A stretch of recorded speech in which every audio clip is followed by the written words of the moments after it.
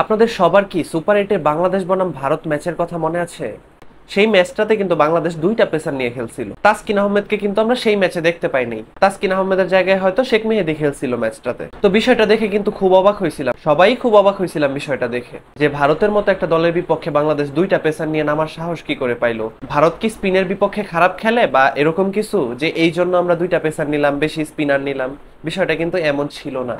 সম্প্রতি ক্রিকবাজের একটা নিউজ থেকে কিন্তু জানা গেছে তাসকিন আহমেদ কিন্তু টিম বাস মিস করেছিল তার ঘুমের জন্য। ভারতের বিপক্ষে খেলার উদ্দেশ্যে যখন টিম বাস রেডি তখন কিন্তু তাসকিন ঘুমাচ্ছিল এবং ঘুমের জন্য তার লেট হওয়ার জন্য তাকে রেখেই দল ঘোষণা করতে হয়, যার জন্যই তাসকিন ভারতের বিপক্ষে সুপার 8-এর ম্যাচটা খেলতে পারে নাই। ওর জায়গায় শেখ মেহেদীকে খেলানো হয়েছে। আসলে অনেক বেশি অবাক হয়েছিলাম যখন তাসকিনকে স্কোয়াডে দেখতে পাই নাই। দুইটা পেসার নিয়ে বাংলাদেশ ভারতের বিপক্ষে খেলতে নেমে পড়ছে, সেই জায়গায় কিন্তু তাসকিন ছাড়া আর কোনো অপশন ছিল না, কারণ শরীফুল আহমেদ ইনজুরিতে ছিল। তাসকিনই ছিল একমাত্র অপশন। বাংলাদেশের হাতে তিনটা পেসারই ছিল।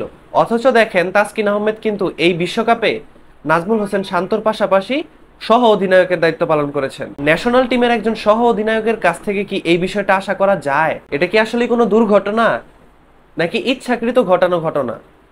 একটাবার চিন্তা করেন তো, একজন জাতীয় দলের প্লেয়ার, তার উপর আবার সহ অধিনায়ক একটা দলের, একটা জাতীয় দলের, সে যদি এই কাজ করতে পারে তাহলে দলের জুনিয়র যারা আছে তারা তো তাদের কাছ থেকে এগুলোই শিখবে।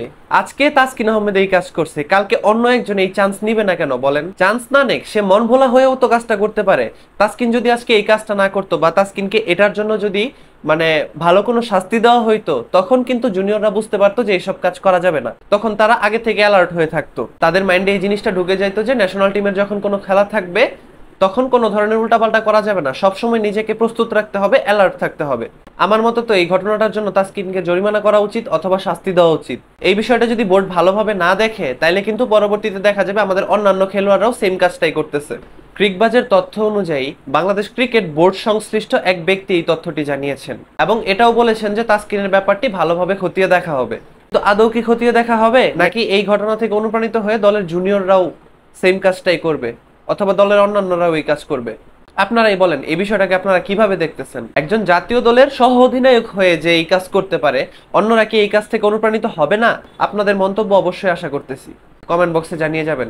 দেখা হবে নতুন কোনো ভিডিওতে। ততক্ষণ পর্যন্ত সবাই ভালো থাকুন, সুস্থ থাকুন। আল্লাহ হাফেজ।